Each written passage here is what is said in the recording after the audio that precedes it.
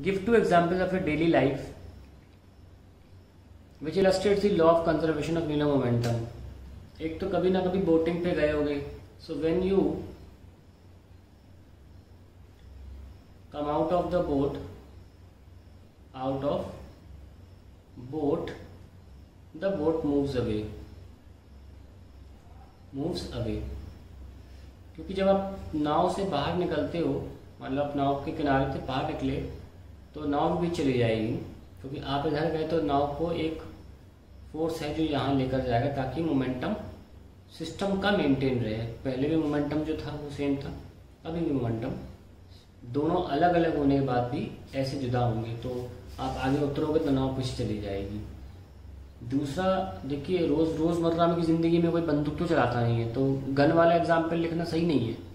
Daily life में कौन बंदूक चलाता है? मुझे पता है बहुत लोगों ने बंदूक चलाना लिखा होगा। नाव वाला इसलिए, नाव चलो हम बैठते हैं नाव में, कभी कभी चलो झील पे चले गए, अपने समर वेकेशन में घूमे आए कहीं गोवा हुआ, तो नाव तो चलो ठीक है। लेकिन और क्या हम बोल सकते हैं? दूसरा हमारा एग्जाम्पल आता है दिवाली पे जब रॉकेट बर्स्ट करते हैं, तो जब बर्स्ट होता है वो इंटरनल केमिकल एनर्जी की वजह से बर्स्ट होता है, तो पार्टिकल सारे जो रॉकेट के निकलते हैं वो कुछ इस तरीके से अलग होते हैं, गिरते हैं कि उन सब का अगर ट्रैजेक्टरी अगर एक तरफ लिया जाए तो वो अभी भी ओरिजिनल पाथ को फॉलो करेगा। ये भी लॉ ऑफ कंजर्वेशन का कारण ही है कि सारे के सारे मोमेंटम अगर विस्तृत या डिस्पर्स्ड पार्टिकल के जोड़े जाएं तो अल्टीमेटली मोमेंटम का डायरेक्शन ये ही रहेगा, जैसे कि पार्टिकल फूटा ही नहीं था। ये भी डेली लाइफ का एग्जांपल मैंने ले लिया, जिसमें आपको दिवाली का एग्जांपल, आपकी ज़िंदगी में दिवाली हर साल आती तो आप रॉकेट फोड़ते हैं।